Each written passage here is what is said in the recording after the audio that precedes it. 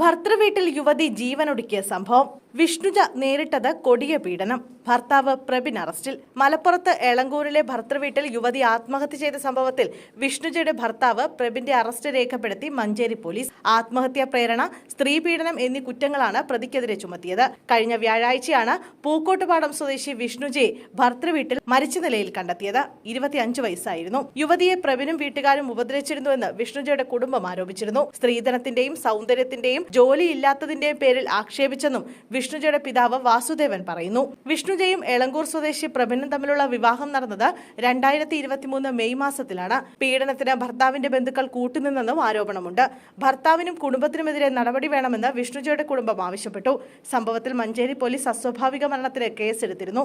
സൗന്ദര്യം കുറഞ്ഞുപോയി, ജോലിയില്ല, ആരോഗ്യമില്ല, ഇതൊക്കെയാണ് മകളിൽ പ്രബിൻ കണ്ട പ്രശ്നങ്ങൾ. ബൈക്കിൽ മകളെ കൊണ്ടുപോകില്ല. പ്രബിന്റെ അമ്മയും മകളെ ഉപദ്രവിക്കാൻ പിന്തുണ നൽകി. സ്വർണം കുറഞ്ഞുപോയെന്ന് പറഞ്ഞ് നിരന്തരം ശല്യം ചെയ്തു. കൂട്ടുകാരികളോട് അവൾ കാര്യങ്ങൾ തുറന്നു പറഞ്ഞിരുന്നു. പ്രബിന് പല സ്ത്രീകളുമായി ബന്ധമുണ്ട് എന്ന വിവരമൊക്കെ പുറത്തു വരുന്നുണ്ട്. പോലീസ് അന്വേഷണത്തിൽ തൃപ്തനാണ്. പ്രബിൻ ഇതിൽ കുറ്റക്കാരനാണ്. മാതൃകാപരമായി ശിക്ഷിക്കപ്പെടണമെന്ന് വിഷ്ണുജയുടെ പിതാവ് പറഞ്ഞു. വിഷ്ണുജയെ ദേഹോപദ്രവം ഏൽപ്പിച്ചിരുന്നു. ഭർത്തൃവീട്ടിൽ മകൾ കടുത്ത ശാരീരിക മാനസിക പീഡനങ്ങളിലൂടെയാണ് കടന്നുപോയതെന്ന് വിഷ്ണുജയുടെ അച്ഛൻ വാസുദേവൻ പറഞ്ഞു. 3 പെൺമക്കളിൽ ഏറ്റവും ഇളയ മകളാണ്. വീട്ടിൽ എന്തെങ്കിലും പ്രശ്നമുണ്ടായാൽ അവളാണ് ഞങ്ങളെ സപ്പോർട്ട് ചെയ്യുന്നത്.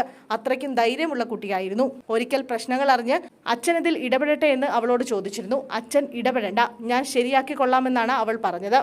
എന്നോട് അവളൊന്നും തുറന്നു പറയാറില്ല. കൂട്ടുകാരികളോടാണ് പറയുക. ഇപ്പോഴാണ് അത് മനസ്സിലാക്കുന്നത്. ഒരിക്കൽ അവൾ ഫോണിൽ സംസാരിക്കുന്നത് കേട്ടു. ഏട്ടാ, ഞാനിവിടെ നിന്നോളാം, എന്നെ കൊണ്ടൊരു ശല്യവും ഉണ്ടാകില്ലെന്ന്. അന്ന് ഞാൻ സംസാരിക്കാമെന്ന് പറഞ്ഞിട്ട് അവൾ സംസാരിക്കാൻ സമ്മതിച്ചില്ല. എല്ലാം അവൾ തന്നെ ശരിയാക്കി എടുക്കുമെന്നാണ് അവൾ പറഞ്ഞിരുന്നത്. ദേഹോപദ്രവം ഏൽപ്പിക്കുമായിരുന്നു. ഒരിക്കൽ ഒരു കൂട്ടുകാരി വീട്ടിലെത്തിയപ്പോൾ അവളെ ഉപദ്രവിച്ചതിന്റെ പാടുകൾ ദേഹത്ത് കണ്ടു. അന്നും അതേക്കുറിച്ച് സംസാരിക്കാൻ അവൾ സമ്മതിച്ചില്ല. ഞങ്ങൾക്ക് നീതി ലഭിക്കണമെന്നും പിതാവ് പറഞ്ഞു.